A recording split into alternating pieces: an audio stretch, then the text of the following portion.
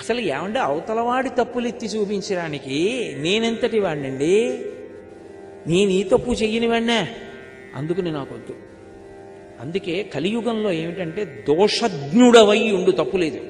అవతలవారు తప్పు చేశారనుకో, అది పొరపాటు అని నువ్వు తెలుసుకుని ఉండు. నీకు అవకాశం కలిగిందా మృదువాక్కుల చేత ఆవిష్కరించు. అయ్యా అలా చేయకుండా ఉంటే బాగుంటుందేమో ఆలోచించండి అని చెప్పు, అంతవరకు తప్ప అసలు తీర్పు చెప్పి తప్పెత్తడానికి నాకే అధికారం ఉందని ప్రవర్తించవద్దు. మొదటిది. ఇప్పుడు కోపానికి ఒకటి విరుగుడు, అది వినయం చేతనే వస్తుంది. కానీ కలిపురుషుడి యొక్క ప్రభావం ఏమిటి? నా అంత వాణ్ణి నేను, వాడి తప్పెత్తి చూపించడానికి నాకు అధికారం ఉంది. ఇది ఉన్నంతసేపు నువ్వు ఎలా అసలు ఇంకోటి తప్పెత్తి చూపించడమే కానీ నీ తప్పు ఎప్పుడు దిద్దుకుంటావు? అప్పుడు కోపమే వస్తూ ఉంటుంది. మీరు బాగా ఆలోచించండి. నాకే తప్పులు లేవా? ఆయన తప్పు నేనెత్తడం ఎందుకు? ప్రేమ పుడుతుంది. ప్రేమ సమస్యని పరిష్కరించగలదు, కోపము పరిష్కరించలేదు. కోపము ఏ సమస్యని పరిష్కరించదు, ప్రేమ పరిష్కరిస్తుంది. ప్రేమ పుట్టాలి అంటే ఈశ్వరుడి వైపుకు అడుగుపడాలి. పరిష్కారము కాని పగవైపుకు అడుగుపడాలి అంటే కలిపురుషుడి వైపు అడుగుపడాలి. కలియుగంలో కలిపురుషుడి వైపుకు అడుగుపడుతుంది, ఈశ్వరుడి వైపుకు అడుగుపడదు. అందుకే 2, ఆయన తప్పు చేశాడు కాదు, నన్ను నింద చేశాడు కోపం. సరే, నిన్ను నింద చేశాడు, నువ్వు నిందార్హుడివా? నిందింపబడడానికి తగినవాడివా? నువ్వు తప్పు చేశావా? నువ్వు ఏదో పక్షపాతంతో చెప్పడం కాదు, ఈశ్వరుడి దగ్గర కూర్చుని ఆలోచించు. అయ్యా నేనే తప్పు చేయలేదండి, నిష్కారణంగా నింద చేస్తున్నారు, ఊరుకో, ఈశ్వరుడికి చెప్పావుగా మాట. ఆయనకి తెలీదా?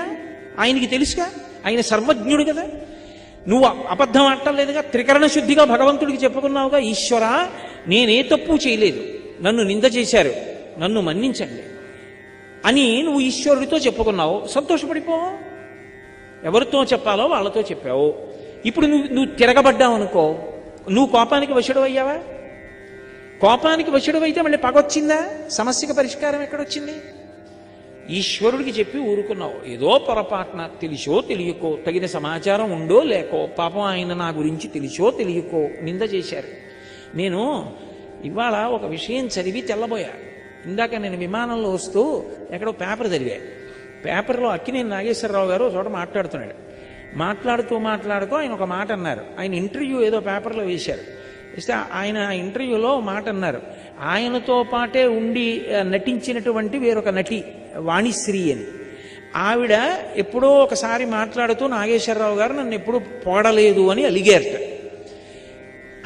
ఆవిడ అలిగినటువంటి విషయం గురించి నాగేశ్వరరావు గారు మాట్లాడుతూ ఆయన అన్నారు, వాణిశ్రీ గారి యందు ఎంత నటనా వైభవం లేకపోతే నా వంటి వాడితో అన్ని చలనచిత్రాల్లో నటించారు.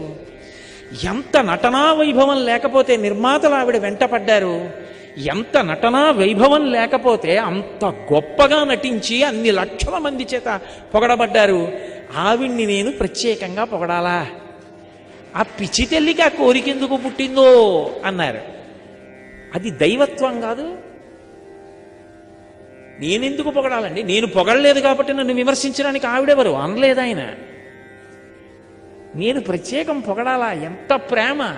ఇది వాణిశ్రీ గారు చదివారనుకోండి పేపర్లో, ఇవాళ సాయంకాలం నాగేశ్వరరావు గారు ఇంటికి వెళ్ళి ఎంత సంతోషంతో ఆయన చేతులు పట్టుకుని ఉంటారో. అంటే ప్రేమ సమస్యకి పరిష్కారం, శాంతికి కారకం. కోపం ఎప్పుడూ కాదు. అందుకే నన్ను నింద చేశాడంటావా? ఈశ్వరుడికి చెప్పి వదిలేయి. నిందార్హుడని అనుకుంటున్నావా? నేను నిందార్హుణ్ణి కాను. అహంకారం పైకొస్తోందనుకోండి ఒప్పుకోకుండా, పోన్లే నువ్వు నిందార్హుడివి కాదు. నిజంగా చెప్పు, నువ్వే తప్పులు చేయలేదా జీవితంలో? ఈశ్వరా చేశాను, దానికి ఇలా నీకు పరిష్కారం చేశాను, అక్కడతో పోయింది నీ పాప ఫలితం, ఊరుకో. చాలా సంతోషం ఈశ్వర. ఇప్పుడు కోపం ఎక్కడ పైకి ఊబికింది? ఊబకదు, పగ వైపుకి తిరగదు, భగవత్తత్వం వైపుకి తిరిగిపోతుంది. పరమ ప్రశాంతంగా ఉండగలుగుతాడు. అందుకే ప్రశ్న ఈశ్వరుడి వైపుకి తిప్పేటట్టు వచ్చిందనుకోండి, ప్రేమ లోపల నుంచి జనిస్తుంది. ప్రేమ సమస్త పరిష్కారములకు కారణము. ప్రేమ చేత జయించలేనిది లేదు. ప్రేమ ఉన్న చోట శాంతి లేకపోవడం ఉండదు. పగ ఉన్న చోట ఎంత శాంతిగా ఉన్నాననుకున్నా నిద్రపోలేడు. మహాభారతంలో పగయగలిగనేని పామున్న ఇంటిలో ఉన్న ఎట్లగాక ఎట్టులుండు అంటారు. పగ ఉందనుకోండి, అన్నీ ఉన్నాయి, ఇంట్లో పాము ఉన్నట్టుంటుంది. చక్కగా మంచం ఉంది, తన గదిలో తాను మంచం ఎక్కి పడుకున్నాడు, కానీ పెద్ద త్రాచుపాం 11 అడుగుల త్రాచుపాం ఒకటి తిరుగుతోంది గదిలో. నిద్ర పడుతుందా? పట్టదు. పగ ఉంటే అన్నీ ఉన్నా నిద్రపోడు, అంటే శాంతి ఉండదు. గుండె నిండా ప్రేమ ఉంది, పరమ ప్రశాంతంగా ఉండగలడు. ప్రేమ వైపుకి అడుగేశావా కలిపురుషుణ్ణి తొలగించగలవు. కోపం వైపుకి అడిగేశావా పరిష్కారం ఉండదు, కలిపురుషుడి నోట్లోకి వెళ్ళిపోతావు. ఎటు వెళ్ళాలనుకుంటున్నావు నీ సాధన బట్టి ఉంటుంది, నీ తొట్టుబాటు దిద్దుకోవడంలో ఉంటుంది. ఇది మహానుభావుడు బృహదశ్వుడుపై ధర్మరాజుతో ప్రతిపాదించడంలో ఉన్నటువంటి విశేషం. అందుకే కలిపురుషుడు నలమహారాజు గారిని పట్టుకోవాలనుకున్నాడు. అసలు మీ అందరికీ తెలిసిన విషయమే అనుకోండి, కలియుగంలో ఎప్పుడూ స్మరించవలసినటువంటి పేర్లు కొన్ని ఉన్నాయి. ప్రతిరోజు నిద్ర లేవగానే 4 పేర్లు తలుచుకోవాలి. మొదటి పేరేది అంటే కర్కోటకుణ్ణి తలుచుకోవాలి, కర్కోటకుడు పాము. రెండవది దమయంతిని తలుచుకోవాలి. 3 నలమహారాజు గారిని తలుచుకోవాలి. 4 ఋతుపర్ణుణ్ణి తలుచుకోవాలి. ఈ 4 ఎవరు తలుచుకుంటారో వాళ్ళ జోలికి కలిపురుషుడు రాడు. కలిపురుషుడు రాడు అన్న మాటకు అర్థం ఏమిటి? నీ మనస్సు సంకల్ప వికల్ప సంఘాతం, అది ఆలోచనలతో ఉంటుంది. అవి ఎప్పుడూ కూడా దైవీ సంపత్తితో కూడుకున్న ఆలోచనల వైపుకి వెళ్ళిపోతే ఎవ్వరిని నింద చేయడు. అందుకే మీకు నేను ఒక ఉదాహరణ చెప్తా చూడండి. నేను ఇందాక మీతో ఓ మాట అన్నాను, రాగము ద్వేషము అక్క చెల్లెళ్ళు, కోరిక ఎక్కడుంటుందో క్రోధం అక్కడ ఉంటుంది అని చెప్పాను. నాకు కోరిక ఉందనుకోండి, ఆ కోరిక తీరలేదనుకోండి, వెంటనే నేనేం చేస్తాను? నా కోరిక తీరకపోవడానికి వీడు కారకుడని ఎవడో ఒకడిని నేరస్తుణ్ణి చేసే ప్రయత్నం చేస్తాను. విమానం ఎక్కేశాను, చెన్నై వచ్చేసాను కాబట్టి సరిపోయింది. ఏ కారణం చేతనైనా నా విమానం తప్పిపోయింది అనుకోండి, నేను ఎక్కలేకపోయాను విమానం. అప్పుడు వెంటనే నేను ఇంకొక గంట ముందు బయలుదేరి ఉంటే, ఉత్తినే అక్కడ కూర్చుని కబుర్లు చెప్పకుండా వేళ పట్టున బయలుదేరి ఉంటే బాగుండుండేది అంటానా? అన్నం. ఆ కారు బాగుండనప్పుడు వాడు ఎందుకు ఎక్కించుకోవడం నన్ను? అంటే తీసుకొచ్చిన వాడిను నేను వెడతాను మొర్రో అంటే కూర్చోండి అని కూర్చోబెట్టేసింది, వదిలేస్తే పోయేది. ఊళ్ళో అందరినీ నేరస్తుల్ని చేసి వాళ్ళ మీద కోప్పడతాను తప్ప, అయ్యో నేనెందుకు బయలుదేరలేదు అని అంటానేంటి? ఒక్కనాటికి అనను.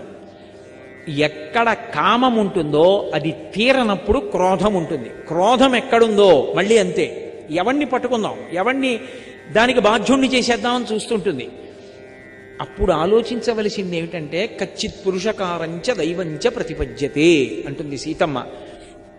నేను ఒక పని చేశాను, ఈశ్వరానుగ్రహం తోడు కాలేదంటే ఏదో కారణం ఉంది, నా ఎందేదో దోషం ఉంది, నేను దిద్దుకోవలసింది ఉంది అని తన వైపు నుండి ఆలోచించాడు. ఎవరి మీద కోప్పడతాడు? ప్రశాంతంగా ఉంటాడు. అందుకే మనసు వెళ్ళవలసిన వైపుకి వెళ్ళిందనుకోండి, కలిపురుషుడి ప్రభావం నుంచి తప్పుకుంటాడు. అలా మనసు వెళ్ళాలి అంటే తప్పకుండా జ్ఞాపకం తెచ్చుకోవలసినటువంటి విషయాలు, రోజు స్మరించవలసినటువంటి పేర్లు ఈ 4 చెప్తూ నలుడి యొక్క కథని తప్పకుండా స్మరించండి అని చెప్పారు. నలమహారాజు గారి కథ మహాభారతంలోనే, ఆరణ్య పర్వంలోనే ఆ వచ్చినటువంటి బృహదశ్యుడే ధర్మరాజు గారికి ప్రబోధం చేస్తాడు. నలమహారాజు గారి యొక్క కథ ఇప్పుడు నేను మీకంతా చెప్పడం ఎలా కుదురుతుంది? విహంగ వీక్షణంగా ఓసారి స్మరిస్తా, ఎందుకంటే కలి ప్రభావం గురించి మాట్లాడుతున్నాను కాబట్టి. ఎందుకు చెప్పమన్నారు ఆ విషయాలు? ఎందుకు కలి ప్రభావం చేయడు? ఆ కథకి కలికి ఏమిటి సంబంధం అన్న విషయం గురించి స్పృశించడానికి నేను కథ మీద విహంగ వీక్షణం చేస్తాను, పెద్ద వివరణ చేయకుండా. భీముడు అని ఒక మహారాజు విదర్భదేశాన్ని పరిపాలించాడు. ఆయనకి సంతానం లేదు. దమనుడనబడేటటువంటి మహర్షిని సేవించాడు. ఆ మహర్షి యొక్క అనుగ్రహం చేత ఆయనకి 3 కుమారులు 1 కుమార్తె కలిగారు. ఆ మహర్షి అనుగ్రహంతో పుట్టింది కాబట్టి ఆ పిల్లకి దమయంతి అని పేరు పెట్టాడు. గొప్ప అందగత్తె. ఆ పిల్ల పెద్దదవుతోంది. పక్కన నిషధరాజు నలమహారాజు గారు ఉన్నాడు. ఆయన రామచంద్రమూర్తిలా ఆజానబాహు, గొప్ప అందగాడు, గొప్ప శౌర్యం ఉన్నవాడు, చక్రవర్తి. ఆయనని వివాహం చేసుకోవాలనేటటువంటి కోరిక దమయంతి యందు అనురక్తమైంది. ఎందుచేత అక్కడికి వెళ్ళొచ్చిన వాళ్ళు ఇక్కడ చెప్తుంటే, ఇక్కడికి వచ్చినటువంటి వాళ్ళు అక్కడికి వెళ్ళి చెప్తుంటే నలమహారాజు గారికి కూడా దమయంతిని వివాహం చేసుకుందాం అనిపించింది. దానికి తోడు ఒక రోజున ఆయన ఒక హంసని పట్టుకున్నాడు. అదంది, నన్ను విడిచిపెట్టేసేయి, నీ గుణములు దమయంతితో చెప్పి నీ యందు అనురాగము కలిగేటట్టు చేస్తానండి. హంసని విడిచిపెట్టాడు. అది దమయంతి దగ్గరికి వెళ్ళి దమయంతికి నలమహారాజు గారి పట్ల అనురక్తి కలిగేటట్టుగా మాట్లాడింది ఆయన గుణాలు చెప్పి. దమయంతి అంది, అయితే నా గురించి కూడా నలమహారాజు గారికి చెప్పి ఆయనకి అనురక్తి కలిగేటట్టు చేయమంది. మళ్ళీ ఆ హంస వచ్చి దమయంతికి కూడా చెప్పింది. కొంతకాలం అయింది. ఇక్కడ ఈయన దమయంతిని వివాహం చేసుకోవాలనుకున్నాడు, దమయంతి నలమహారాజు గారిని చేసుకోవాలనుకుంది. తండ్రి స్వయంవరం ప్రకటిస్తానమ్మా, నీ కోరుకున్న వాణ్ణే నువ్వు వివాహం చేసుకోమన్నాడు. నలమహారాజు గారు బయలుదేరాడు. ఈలోగా దిక్పాలకులు కూడా నలుగురు బయలుదేరారు. ఎవరు? ఒకరు దేవేంద్రుడు, ఒకరు అగ్నిహోత్రుడు, ఒకరు యమధర్మరాజు గారు, ఒకరు వరుణుడు. నలుగురు కూడా బయలుదేరి దివ్యమైన రథాల్లో వెళ్ళిపోతున్నారు. కింద నలుడు కనబడ్డాడు. వాళ్ళు ఆకాశంలో రథం ఆపి కిందకొచ్చాడు ఇంద్రుడు. నలమహారాజా, దమయంతిని వివాహం చేసుకోవాలని మా నలుగురం అనుకుంటున్నాం, ఎవరిని చేసుకున్నా పర్వాలేదు, నువ్వు వెళ్ళి రాయబారం చెప్పాలి, దమయంతిని మా నలుగురిలో ఒకళ్ళని పెళ్లి చేసుకోమని చెప్పన్నాడు. నలమహారాజు తొందరపడి మాటిచ్చాడు, మీరు ఏం చెప్తే ఆ ఉపకారం మీకు చేస్తానన్నాడు. ఇప్పుడు ఎదురొచ్చింది. అయినా మాట తప్పకూడదు కనుక, ఎలా వెడతాను అంతఃపురంలోకి అంటే, నువ్వు వెడుతున్నట్టు ఎవరూ గ్రహించలేరు, నీకు ఆ వరం ఇస్తున్నామన్నారు. నలుడు తిన్నగా దమయంతి అంతఃపురంలోకి వెళ్ళిపోయి ఆవిడికి కనపడాలని సంకల్పం చేశాడు. కనపడ్డాడు.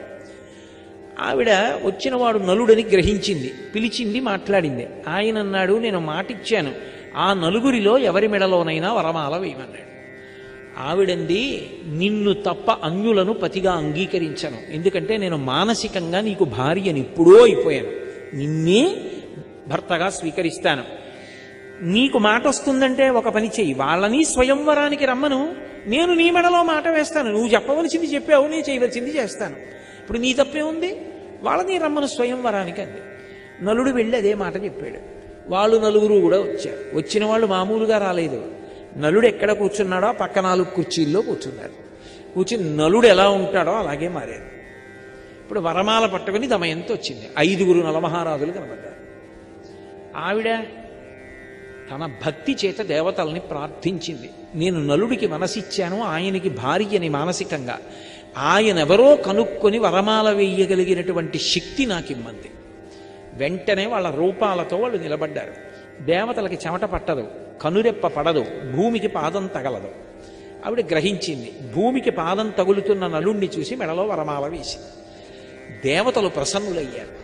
అమ్మా, ఎంత ధర్మాన్ని పాటించావు తల్లి, అందుకే నీకు వరం ఇస్తున్నాం. ఇంద్రుడు అన్నాడు, నువ్వు ఎక్కడ యజ్ఞం చేసినా నేను వస్తాను. అగ్నిహోత్రుడు అన్నాడు, నువ్వు సంకల్పం చేస్తే నేను వస్తాను. వరుణుడు అన్నాడు, నువ్వు ఉన్న చోట నీటికి లోటు ఉండదు, నువ్వు పిలిస్తే నేను వస్తాను. యమధర్మరాజు గారు అన్నాడు, నీ మనసు ధర్మమునందు ప్రవర్తించుగాక అన్నాడు. నలుగురు ఇంటికి తిరిగి వెళ్ళిపోతున్నారు వాళ్ళ లోకాలకి. కలిపురుషుడు ఎదురొచ్చాడు. కలిపురుషుణ్ణి చూసి వీళ్ళ నలుగురు అడిగారు, నువ్వెక్కడికి వెడుతున్నావు అని అడిగారు. దమయంతిని వివాహం చేసుకోవాలనుకుంటున్నాను, వెడుతున్నాను అన్నాడు. అంటే వాళ్ళన్నారు, దమయంతి స్వయంవరం ఎప్పుడో అయిపోయింది నలమహారాజు గారితో, ఇప్పుడు నువ్వు వెళ్ళి ఏం చేస్తావు అన్నారు. ఆయన రాశీభూతమైన క్రోధం కలి లోపలికి ఆవహించాడా. మీతో నేను ఇందాక చెప్పానే, ఆలోచన మారుతుందంతే, జీవుణ్ణి పాపభూయిష్టం చేస్తాడు. అందుకని ఆయన అన్నాడు, ఎలా సుఖపడతాడో చూస్తాను. పెళ్లి చేసుకున్నది సుఖపడడానికి కాదు, ఎలా సుఖపడతాడో చూస్తాను. దమయంతిని నలుడితో కలిసి సంతోషంగా ఉండకుండా చేస్తాను అని ఆయన ప్రయత్నాలు ఆయన ప్రారంభం చేశాడు. ఈలోగా నలమహారాజు గారికి దమయంతి యందు ఇంద్రసేనుడు, ఇంద్రసేన అని ఒక కొడుకు కూతురు పుట్టారు. ఆ రోజుల్లో పేర్లు అలా అన్నా చెల్లెలకి ఒకలా ఉండేట్టు పెట్టడం అప్పుడే ప్రారంభమైందిలా ఉంది. ఇంద్రసేనుడు, ఇంద్రసేన అని పేరు పెట్టారు. ఈలోగా కలిపురుషుడు నలమహారాజు గారి యొక్క జ్ఞాతి, పెదనాన్నగారి కొడుకు, ఆయన దగ్గరికి వెళ్ళాడు. వెళ్ళి ఆయన్ని కలుసుకుని రాజ్యం అంతా నీకు వచ్చేట్టు చేస్తాను, నాతో రమ్మన్నాడు. ద్వాపరుణ్ణి పిలిచాడు, నువ్వు పాచికలలోకి ప్రవేశించు, నేను నలమహారాజులోకి ప్రవేశిస్తాను. నలమహారాజు యందు ధర్మమునందు అనురక్తి తగ్గి ఇతర విషయముల యందు అనురక్తి పెరుగుతుంది. అప్పుడు సర్వనాశనం చేస్తాను. బయలుదేరమన్నాడు. అందరూ బయలుదేరి వచ్చారు. వచ్చిన తరువాత నలమహారాజులోకి ప్రవేశించాలంటే అవకాశం ఏది? ఎందుకు ప్రవేశించలేకపోయాడో అక్కడ చెప్పాడు బృహదశ్వుడు. ఆయన ఎప్పుడూ పుణ్యం గురించి ఆలోచిస్తాడు, పాపమునకు వశుడు కాడు. ఇందాక నేను మీతో మనవి చేయడానికి కారణం అది. ఆయన కోపంతో ఆలోచించడు, ప్రేమతో ఆలోచిస్తాడు. అందుకు పరిష్కారం ఉంటుంది, తాను శాంతిగా ఉంటాడు. పుణ్యం గురించి ఆలోచిస్తాడు, నాకు పాపం వస్తుందేమో అని భయపడతాడు. అందుకని పాపచింతనతో కూడుకున్న పనివైపుకి వెళ్ళడు. ఎప్పుడూ జపం చేస్తూ ఉంటాడు. జపం చేస్తున్న వాడికి ఏమవుతుందంటే నాడీ మండలం అంతా కూడా ప్రచోదనమై పరమశాంతిగా ఉంటాడు. ఎప్పుడు తపస్సు చేస్తూ ఉంటాడు, అగ్నిని ఆరాధిస్తాడు, మంచి విషయాలు వింటూ ఉంటాడు. అందుకని కలిపురుషుడు నలుడిలోకి వెళ్ళలేకపోయాడు. ఎక్కడో అక్కడ దొరకపోతాడా? ఇది పగంటే, ఇది కలిపురుషుడు అంటే. ఎదురు చూస్తున్నాడు. 2 బిడ్డలు కూడా పుట్టేశారు, అయినా ఎదురు చూస్తూనే ఉన్నాడు. సుఖపడకుండా చేసేయాలి. ఇప్పుడు ఒక రోజున మూత్ర విసర్జన చేసి నలమహారాజు గారు కాళ్ళు కడుక్కోలేదు. ఏదో అత్యవసరమైన పని ఉండి కాళ్ళు కడుక్కోకుండా బయటకు వచ్చాడు. మూత్ర విసర్జన చేసి కాళ్ళు కడుక్కోకపోతే వెంటనే అశౌచం వచ్చేస్తుంది. శమంతకోపాఖ్యానంలో అది చేస్తేనే కదా మరణించాడు ప్రసేనుడు. అందుకని కాళ్ళు కడుక్కోకుండా బయటికి వచ్చాడు. అపవిత్రంగా ఉన్నాడు కాబట్టి కలిపురుషుడు ప్రవేశించాడు. ప్రవేశించగానే ద్వాపరుడు వచ్చి జూదానికి పిలిచాడు. కలిపురుషుడి స్నేహితుడు.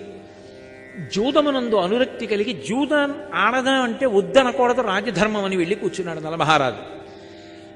ఎక్కడో అక్కడ ఆపగలిగేవాడు, కానీ కలిపురుషుడు లోపల ప్రవేశించేశాడు. ఎంత తీవ్రంగా ఆడాడంటే దమయంతి ఆ ఊళ్ళో ఉన్నటువంటి ప్రముఖుల్ని తీసుకుని ఎదురుగుండా వచ్చి బిడ్డల్ని పట్టుకుని నించుంది. ఉండడానికి ఇల్లు, తినడానికి తిండి కూడా లేకుండా పోతావు మహారాజా, వద్దు ఆపేయమని. ఆపకుండా ఆడుతూనే ఉన్నాడు, పందెం మీద పందెం వడ్డీ. లోపల కలిపురుషుడు ఉన్నాడు, ఇక దేనికి వినడం. ఆ మూర్ఖత్వం వచ్చేస్తుంది ఆ కలిపురుషుడు పట్టేసుకుంటే. ఆ మూర్ఖత్వంతో ఆడుతున్నాడు. దమయంతి గమనించింది. ఇక ఆపడం ఇది కలిపురుష లక్షణం అని వార్ష్ణేయుడు అని సారథిని పిలిచింది. తన బిడ్డలిద్దరిని రథం ఎక్కించి పుట్టింటికి తీసుకెళ్ళిపోమంది. ఆపదొచ్చేసిందని ఆవిడ కనిపెట్టింది. అన్నీ ఓడిపోయాడు. ఓడిపోయి రాజ్యం తన దయాదికి అప్పచెప్పేసి తాను బయలుదేరి వెళ్ళిపోయాడు అరణ్యాలకి.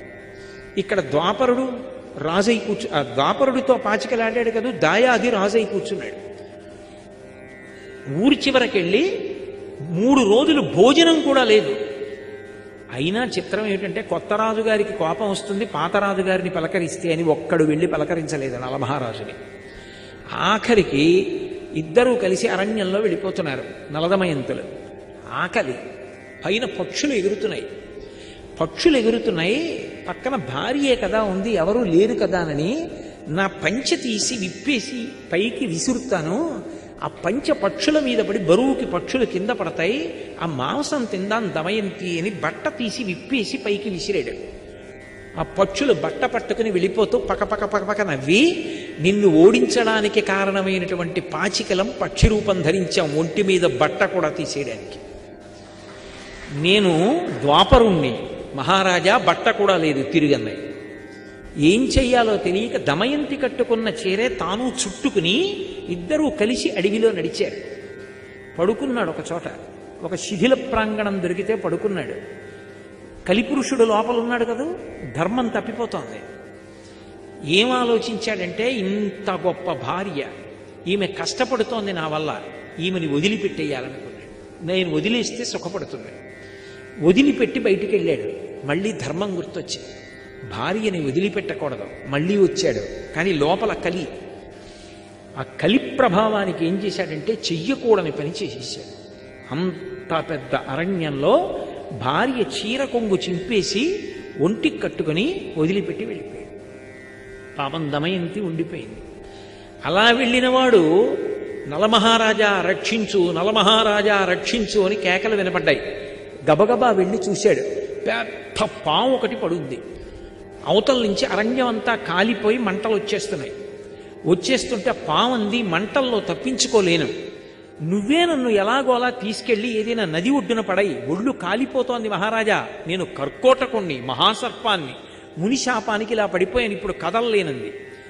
చిన్న పాము అయిపోయింది. దాన్ని ఎత్తి పట్టుకుని నది ఒడ్డుకెళ్ళి దింపబోతున్నాడు. ఒక్క 10 అడుగులు ఈ మహారాజా అంది. 10వ అడుగేశాడు, ఠక్కున కరిచింది. అది కర్కోటక విషం. ఆ విషం వల్ల వెంటనే కాళ్ళు చేతులు కురసైపోయి పొట్టివాడైపోయి భయంకరమైన ఆకారాన్ని పొందేశాడు. కర్కోటకుడి వంక తిరిగి అన్నాడు, ఉపకారం చేసిన వాడికి నువ్వు చేసే ఉపకారం ఇదా అన్నాడు. మహారాజా, నేను అపకారం చేయలేదు, నలుడిగా ఎలా తిరుగుతావు ఇంత కష్టంతో, నిన్నిప్పుడెవ్వరూ గుర్తుపట్టరు.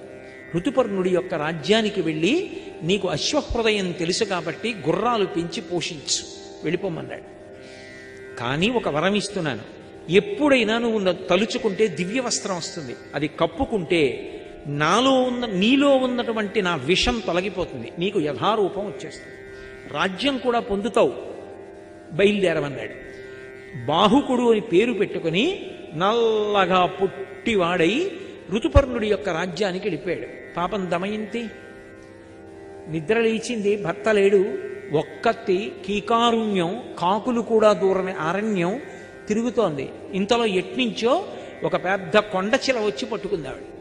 ఇక కొండచిలవ ఆవిడ్ని గ్రసించబోతుండగా ఓ కిరాతుడు వచ్చి కొండచిలవని సంహరించి ఈవిడ్ని కాపాడాడు. స్నానం చేసి వచ్చి సేద తీరింది, ఆవిడికి పళ్ళు తేనె ఇచ్చాడు, తింది. అంతలో అతని యందు పుట్టకూడని కోరిక పుట్టింది. ఆమెని భార్యగా స్వీకరిస్తానని ఆమె యొక్క పొందు కోరాడు. వెంటనే ఆమె, నేను మహాపతివ్రతనైతే వీడు నిలువున దగ్ధమగుగాక అంది. ఆ కిరాతుడు మరణించాడు. ఆ తల్లి వెతుక్కుంటూ వెడుతుంటే వర్తక బృందం కనపడింది. అమ్మయ్య కనపడ్డారు కదా అని, మహాప్రభో నేను నలుడి భార్యని, దమయంతిని, కష్టాల్లో ఉన్నాను, నలుణ్ణి చూశారా అని అడిగింది. ఈ అరణ్యంలో పులులు చూశాం, సింహాలు చూశాం, నలుణ్ణి చూడలేదమ్మా, ఇక్కడ ఒక్కదానివి ఆడదాని ఉండకూడదు, మాతో వచ్చేసే మేము చీది రాజ్యానికి వెడుతున్నాము అన్నారు. అక్కడ సుబాహుపురం అని ఉంది, అక్కడికి ఎడతామన్నారు. సరేనంది. వెడుతుంటే ఏనుగుల గుంపు వచ్చి అందరినీ చంపేసింది, వర్తకుల్ని. ఆవిడంది, విధి అంటే ఇంత విచిత్రంగా ఉంటుంది, చచ్చిపోవాలనుకున్న నన్ను ఏనుగులు వదిలేసాయి, నా అంత నేను చచ్చిపోకూడదు, ఆత్మహత్య దోషం, ఏనుగు చంపేస్తే గొడవ వదిలిపోను, నా జోలికి రాలేదు, బతుకుదాం అనుకున్న వాళ్ళని చంపేశాయి. ఎవరో ఒకరిద్దరు బ్రాహ్మణులు మిగిలేరు, వాళ్లతో కలిసి సుబాహుపురం వెళ్ళింది. ఆ వీధిలో ఆకలితో ఏడుస్తూ నడుస్తోంది. కలి ప్రభావం, అన్ని కష్టాలు పడాలి. వస్తుంటే రాజమాత చూసింది పైనుంచి, ఎవరు చంద్రబింబల్లా ఉంది ఆ పిల్లని పిలిపించింది. ఏమమ్మా, నిన్ను చూస్తే రాచపుత్ర స్త్రీలా ఉన్నావు, ఇంత కష్టంలో ఉన్నావు, నా అంతఃపురంలో ఉండమంది. నిన్ను చూస్తే నాకెందుకో మనసు స్పందిస్తోంది, ఏదో బంధుత్వం ఉందనిపిస్తోంది, నా దగ్గర ఉండండి. అమ్మా, నేను సైరింధ్రీ కార్యాలు చేయను, పరపురుషుల దగ్గరికి వెళ్ళను, ఇతర కాళ్ళు పట్టను, ఎంగిలి తినను, అలా అయితే ఉంటానంది. సరే ఉండమంది ఆవిడ. రాజమాత అంతఃపురంలో ఉంటోంది పాపం. అక్కడ నలుడు ఋతుపర్ణుడు ఒక మహారాజు. ఆ ఋతుపర్ణుడి యొక్క సేవలో అశ్వహృదయం తెలుసున్నవాడు కాబట్టి లొంగని గుర్రాల్ని లొంగ తీసుకుని రథచోదనం చేస్తూ బతుకుతున్నాడు. అలా బతుకుతుంటే ఇక్కడ ఎన్నాళ్ళు ఉంటుంది ఈవిడిలా పాపం. ఒకనాడు తండ్రి భీమకుడికి ఆలోచన వచ్చింది. భీముడికి, నా కూతురు ఎక్కడుందో వెతికి పట్రమ్మని బ్రాహ్మణుల సమూహాల్ని పంపాడు. అందులో ఒక సుదేవుడు అనబడేటటువంటి బ్రాహ్మణుడు ఈ పురానికి వచ్చాడు, సుబాహుపురానికి వచ్చి అంతఃపురంలో దమయంతిని కనిపెట్టాడు.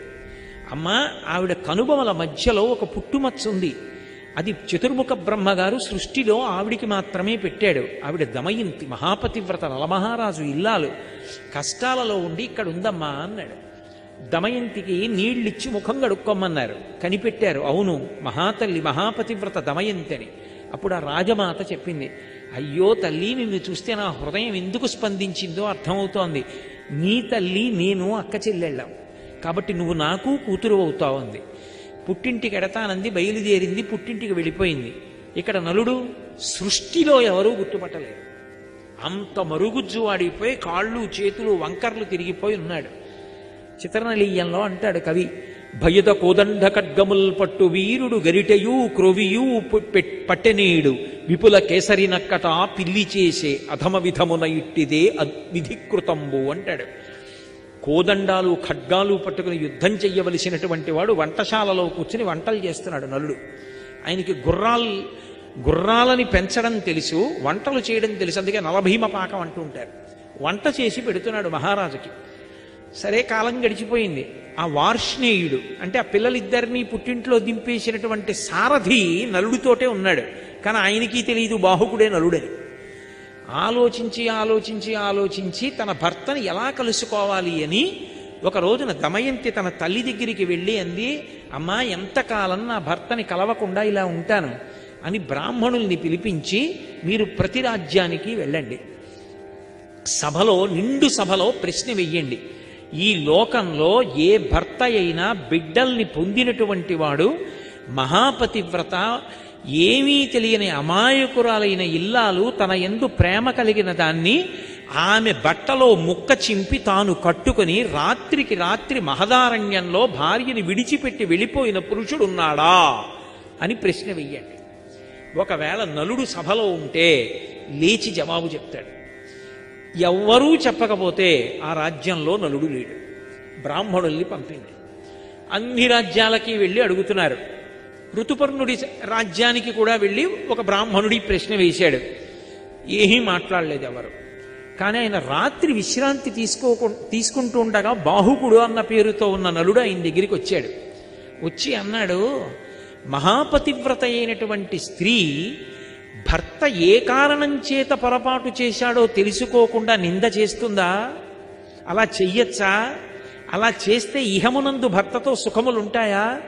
పరలోకముల యందు సుఖములుంటాయా? ఇలా చెయ్యవచ్చా అని వెళ్ళిపోయాడు. బ్రాహ్మణుడు లేచి విన్నాడు. విని వెనక్కొచ్చి ఇదే చెప్పాడు. అమ్మ, నలుడు కనపడలేదు, బాహుకుడని ఒక ఆయన ఉన్నాడు. నల్లగా పొట్టిగా చేతులు కాళ్ళు ఇలా కుంజించుకుపోయి గూనిలా ఉంటాడు. అతని ఈ మాట అడిగాడు. నలుడే. దమయంతి నమ్మింది. ఏదో కారణం ఉంది అలా ఉన్నాడు. ఎలా? బాహుకుడిని ఇక్కడికి పిలిపించడం. ఆవిడంది, అశ్వవిద్య తెలిసున్నవాడు నలుడు ఒక్కడే. ఒక్క రాత్రి ప్రయాణంలో తెల్లవారేటప్పటికీ ఈ పురానికి రథం రావాలంటే తోలగలిగిన వాడు నలుడు ఒక్కడే. అందుకే దమయంతీదేవికి ద్వితీయ స్వయంవరం జరుగుతోందని ఋతుపర్ణుడు ఒక్కడికి కబురు చేయండి. ఋతుపర్ణుడు బయలుదేరి వస్తాడు. రథం రాదు తెల్లవారేటప్పటికి ఊరు, నలుడు నడపాలి. నలుడు అక్కడుంటే పిలుస్తాడు. అశ్వహృదయం తెలుసు కాబట్టి రాజు రథం నడపమంటాడు. అప్పుడు వచ్చిన రథం వచ్చేస్తే నలుడే నడిపాడు రథం, మనం కనిపెట్టచ్చా? ఒక్క ఋతుపర్ణుడి రాజ్యానికి వెళ్ళి చెప్పారు. అందరికీ చెప్పారనుకున్నాడు ఋతుపర్ణుడు. దమయంతీదేవి ఏమిటి అంత పతివ్రత, ఇద్దరు బిడ్డలున్నది, ద్వితీయ స్వయంవరం ఏమిటి, మళ్ళీ పెళ్లి చేసుకోవడం ఏమిటి? తెల్లబోయాడు. తెల్లబోయి తమాషా చూడాలని ఋతుపర్ణుడు నలుడిని పిలిచాడు. తెల్లవారేటప్పటికి మనం చేరం విదర్భ, కానీ నువ్వు అశ్వహృదయం తెలుసున్నవాడివి, నువ్వు నడపగలవు రథాన్ని, మనం బయలుదేరదాం, తెల్లవారేటప్పటికి దమయంతి స్వయంవరానికి వెళ్ళాలి, రథం నడుపన్నాడు. ఇదేమి తమాషా, నా భార్య ద్వితీయ స్వయంవరానికి ఒప్పుకోవడం ఏమిటి, మహాపతివ్రత చూడాలని నలుడు అనుకున్నాడు. పదండి మహారాజా అన్నాడు. పొట్టి గుర్రాలు కట్టాడు. ఈ గుర్రాలు ఎక్కడెడతాయన్నాడు. చూడండి నా విద్య అన్నాడు. రథం నడుపుతున్నాడు. అబ్బో, ఎంత వర్ణించారో మహాభారతంలో. వెళ్ళిపోతుంటే ఆ ఋతుపర్ణుడు పైన వేసుకున్న ఉత్తరీయం కింద పడింది. కింద పడితే ఋతుపర్ణుడు అన్నాడు, బాహుకుడా రథాన్ని ఆపు, పక్కన ఉన్న వార్ష్ణేయుడు వెనక్కి వెళ్ళి నా ఉత్తరీయం పట్టుకొస్తాడు, కింద పడిందన్నాడు. నలుడు అన్నాడు, మహారాజా, రథం ఎంత దూరం నడిచిందో తెలుసా? మళ్ళీ వెళ్ళి తిరిగి రావాలంటే 10 రోజులు పడుతుంది, అంత దూరం వెళ్ళిపోయింది. నడిచి వెళ్ళొస్తే అంత వేగంగా నడుపుతాడు నలుడు రథాన్ని. అలా నడుపుతాడు గుర్రాల్ని అలసట పొందకుండా. కొంత దూరం వెళ్ళిపోయిన తర్వాత తెల్లబోయాడు ఋతుపర్ణుడు. అబ్బా, ఏమి శక్తిరా ఈ బాహుకుడిదని. బాహుకా నువ్వు గొప్పవాడు అనుకుంటున్నావు కదా, నాకు ఒక విద్యొచ్చు, ఏమిటో తెలుసా అన్నాడు. ఏమిటి మహారాజా? అక్షహృదయం తెలుసు నాకు. ఇదిగో పెద్ద రావి చెట్టు, ఇక్కడ ఒక చెట్టు కనపడుతోంది కదా, ఈ చెట్టుకి ఎన్ని కొమ్మలున్నాయో, ఎన్ని రెమ్మలున్నాయో, ఎన్ని ఆకులున్నాయో చెప్పనా అన్నాడు. చెప్పండి అన్నాడు. ఖచ్చితంగా ఇన్ని ఆకులున్నాయి, ఇన్ని కొమ్మలున్నాయి, ఇన్ని రెమ్మలున్నాయండి. నలుడికి అనుమానం వచ్చింది. రథం దిగి, మహారాజా అలాగే కూర్చోండన చెట్టు పడగొట్టాడు. పడగొట్టి కొమ్మలు రెమ్మలు ఆకులు అన్నీ కోసి దొంతర్లు పెట్టి లెక్కెట్టారు. ఈలోగా స్వయంవరం ఇక్కడ ఆలస్యం అయిపోతోంది. నడపగలడు నలుడు, అది ఆయన శక్తి. అన్నీ లెక్క పెట్టాడు. లెక్క పెడితే ఖచ్చితంగా రాజు చెప్పినన్నే ఉన్నాయి. మహారాజా ఎలా చెప్పగలిగారని అడిగాడు. ఇదే కాదు, నేను ఏవైనా ఇలా చెప్పగలను, నాకు అక్షహృదయ విద్య తెలుసు. నీకొక సంగతి తెలుసా, ఆ విద్య ఉపదేశం పొందిన వాడికి విజయమే తప్ప అపజయం ఉండదు. అంత గొప్ప విద్య. నువ్వు నన్ను మురిపించావు, తెల్లవారేటప్పటికీ రథాన్ని నడుపుతున్నావు, కాబట్టి నీకు అక్ష హృదయాన్ని ఉపదేశం చేస్తానని చెప్పి ఆ విద్యని ఉపదేశం చేశాడు. ఆ విద్య ఉపదేశం పొందితే లోపల విషం కానీ కలిపురుషుడు కానీ ఉండలేడిగా. ఆయన ఎప్పుడైతే ఆ విద్య ఉపదేశం పొందాడో నలుడు కలిపురుషుడు బయటపడిపోయాడు. మహారాజా మహారాజా, నిన్ను కష్టాలు పట్టిన వాడిని నేనే. ఒకప్పుడు స్వయంవరానికి వస్తుంటే దమయంతి స్వయంవరం అయిపోయిందని నీలో ప్రవేశించి పాచికలాడించి బాధ పెట్టాను, నన్ను మన్నించన్నాడు. నలుడు కత్తి తీసి నిన్ను చంపేస్తానన్నాడు. అంటే నన్నెందుకు చంపుతావు? కర్కోటకుడు నిన్ను కరిచినప్పటి నుంచి చస్తూనే ఉన్నాను, లోపల విషం వేడికి కాలిపోతున్నాను, ఇన్నాళ్ళకి బయటపడి బతికాను, నన్ను వదిలిపెట్టేశాయి, ఇక నేను నీ జోలికి రాను, ప్రమాణం చేస్తున్నానన్నాడు. మరి ఎక్కడుంటావన్నాడు. ఇదిగో విభాతక వృక్షం అంటే తాండ్ర చెట్టు, దాన్ని ఆవహించి ఉంటానన్నాడు. అందుకే ఇప్పటికే ఎవరు తాండ్ర కర్ర కానీ తాండ్ర చెట్టు కిందకి వెళ్ళడం కానీ తాండ్ర చెట్టు ఎక్కడం కానీ చేయరు. కలిపురుషుడు ఆవహించి ఉంటాడు దాన్ని. నేను ఈ తాండ్ర చెట్టును ఆవహించాడు. మహారాజు వెళ్ళిపోయాడు స్వయంవరానికి. ఎవరు లేరు, ఈయనొక్కడు తప్ప. తెల్లబోయాడు, ఇదేమిటి స్వయంవరం అన్నారు, నన్ను ఒక్కడనే పిలిపించారు. బాహుకుడు కూర్చున్నాడు. కేశిని అని దమయంతి యొక్క చెలికెత్తే పిల్లలిద్దరినీ తీసుకెళ్ళింది. ఎంత మారు వేషంలో ఉంటే మాత్రం పిల్లల్ని చూస్తే తండ్రి హృదయం ఆగుతుందా? ఎత్తుకుని ఇద్దరినీ రెండు తొడల మీద కూర్చోబెట్టుకుని ముద్దులాడి బురిపాలతో పొంగిపోయాడు. కేశిని గమనిస్తోంది. గభాలను దింపేసి, మహారాజు బిడ్డలు, నేను ముద్దులాడకూడదు మాట్లాడకూడదు, కానీ నా బిడ్డలు గుర్తొచ్చారు, ఏమనుకోకు, ఇంకెప్పుడు ఇటు రాకు అని చెప్పి పంపించేశాడు. ఆవిడ వెళ్ళి దమయంతీదేవికి చెప్పింది. ఆవిడ గుర్తుపట్టింది, నలుడే బాహుకుడి రూపంలో ఉన్నాడని. పిలిపించింది. ఎదురుగుండా నిలబడి మళ్ళీ ఇదే ప్రశ్న వేసింది. అరణ్యంలో ఒక్కతే నిద్రపోతున్నప్పుడు చీర కొంగు చింపి భర్త కట్టుకుని భార్యని విడిచిపెట్టి ఒక్కదాన్ని అరణ్యంలో వదిలేసి వెళ్ళిపోయినవాడు ధర్మాత్ముడా చెప్పు బాహుక. ఆయన అన్నాడు, అది ధర్మం కాదు, కానీ నా యందు కలిపురుషుడు ప్రవేశించాడు దమయంతి, అందుకని నేను ధర్మం తప్పి పొరపాటు చేశాను.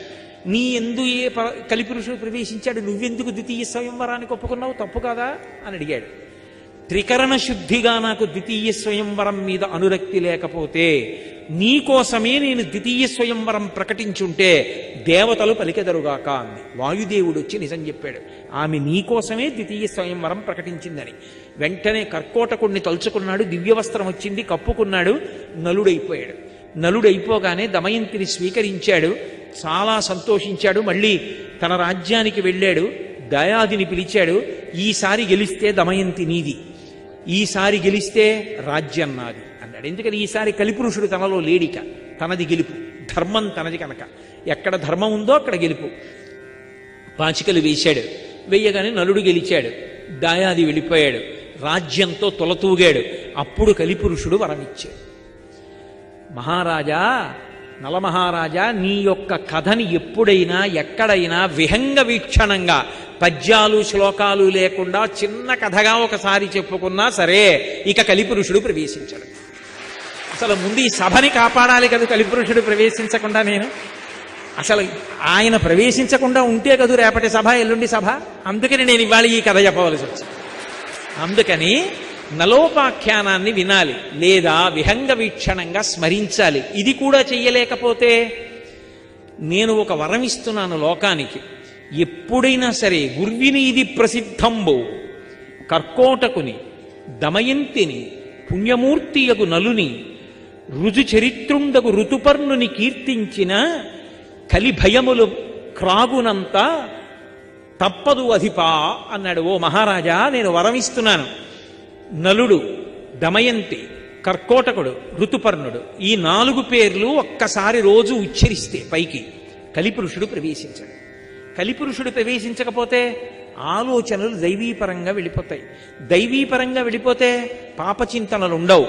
అందుకని పాపచింతనల నుండి బయటపడడానికి, కలిపురుషుడి నుంచి వినిర్ముక్తుడు కావడానికి తప్పకుండా అందరూ స్మరించవలసినవి 4 పేర్లు, అందరూ చదవవలసినది నలోపాఖ్యానమని ఇతిహాసము పంచమవేదమని వ్యాసభగవానుడు లోకం కోసం ఇచ్చినటువంటి పరమాద్భుతమైనటువంటి భారతంలో ఆరణ్య పర్వంలో ధర్మరాజు గారితో బృహదశ్వుడు చెప్పి, అంత గొప్పదయా అక్షహృదయం అన్న విద్య నీకు కూడా ఉపదేశం చేస్తున్నాను, నువ్వు ఎదర రాజ్యాన్ని పొందుతావు అన్నాడు. కాబట్టి ఇవాళ మనందరం నలోపాఖ్యానాన్ని విహంగ వీక్షణంగా విన్నాం. రేపటి రోజున కలిపురుషుడు ప్రవేశించకుండా ఉండడానికి సాధనలో అత్యంత ప్రముఖమైనవిగా పెద్దలైన వారు నిర్ధారించినటువంటి మార్గములేవి, ఏవి పట్టుకుంటే కలిపురుషుడు మన జోలికి రాడు, పవిత్రమైన జీవితాలు నిలబడతాయన్న విశేషాల గురించి పరమాత్మ పలికించినంత మేర మళ్ళీ రేపు సాయంకాలం